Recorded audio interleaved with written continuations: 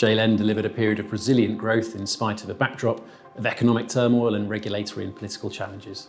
The resulting net asset value at 31st of March 2023 was £814.6 million, and the NAV per share was 123.1 pence, up 7% from 115.3 pence at the same time last year, and very slightly lower than at the half-year end.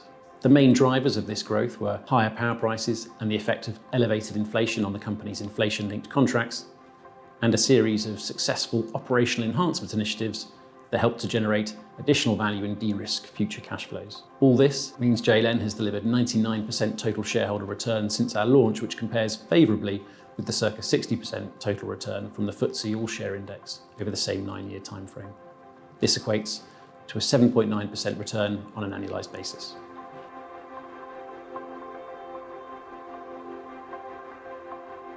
I'm pleased to say that we've met the board's stated target dividend of 7.14 pence per share for this financial year, and in doing so, delivered a dividend cover of 1.51 times, our highest since IPO, allowing us to reinvest the surplus cash into value accretive initiatives and follow-on investment opportunities, allowing us to accelerate the growth of the fund. In line with JLEN's progressive dividend policy, the board has decided to set a dividend target of 7.5 pence per share for the year to 31st of March 2024. This represents a 6% increase and is again expected to be well covered by cash flows from the company's underlying assets.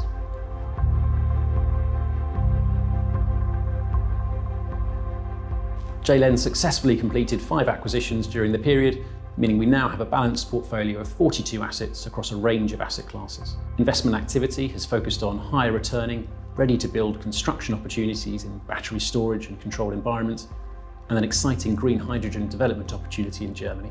All these technologies are set to play a critical role in decarbonising our planet and will need to become part of everyday life if populations are to live sustainably.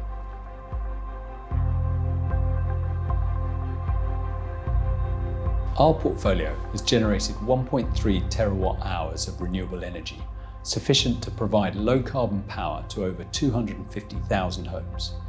While a large part of that comes from wind and solar assets that only generate when the wind blows or the sun shines, JLEN's portfolio also includes renewable power generators that are capable of providing low carbon electricity and heating all the time. And it's these baseload generators that will be particularly useful in the energy system of the future that the UK is moving towards. Our anaerobic digestion facilities and our bioenergy facilities are examples of this, providing renewable electricity or green gas that can be used in place of fossil gas in the GB gas network. For some assets, like Cramlington and one of the ADs, we're able to partner with nearby businesses to provide them with renewable electricity and heat directly to make the most of the resources that we generate. Away from the power sector, our assets are contributing in other parts of the economy too. Our waste assets process over 600,000 tonnes of waste that may otherwise have gone to landfill. Our biomethane refuelling business for HGVs has increased the amount of fuel dispensed to customers by 45% year on year, with associated savings in carbon emissions and other pollutants compared to diesel. And our new assets will also make a difference.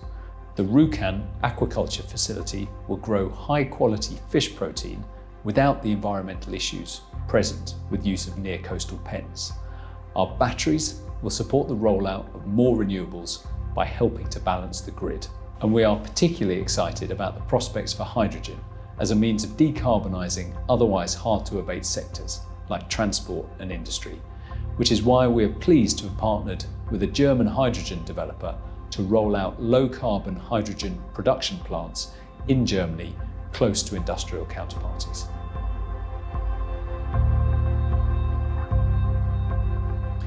The underlying case for investment in environmental infrastructure is as strong as it's ever been. In the US, the Biden administration has brought through a major stimulation package focused on decarbonisation and energy security, and the EU and the UK are expected to introduce similar measures. JLEN is well placed to benefit from these, as its broad environmental infrastructure investment policy means that it is able to adapt its investment strategy over time as circumstances change. Now, it's true that the economies that JLEN operates in have experienced uncertainty over the past year. This includes supply chain issues as a result of the recovery from COVID and the Russian invasion of Ukraine. And these led to sharp increases in inflation and a move to higher interest rates after more than a decade of being close to zero. However, there are signs now that things are normalising, and with this should come increased investor confidence in the infrastructure markets that JLEN operates in. For the year ahead, JLEN will focus on its existing pipeline opportunities, continuing to build out assets in the battery storage, controlled environment, and low-carbon transport sectors. We also hope to see the first of our low-carbon hydrogen production facilities begin construction, which will be a very exciting milestone in a technology that's expected to play a significant role in the decarbonised energy system of the future. JLEN has rights to invest in a pipeline of these assets, and this should be a key area of activity for the fund in the coming years. Besides these, we'll continue to survey the market for environmental infrastructure, looking for opportunities that meet the fund's objectives of providing investors with a sustainable and growing dividend. With the wider economic changes in the year and the responses of governments to those changes, we will be looking at both new markets and traditional markets to assess where the best risk-adjusted returns are available.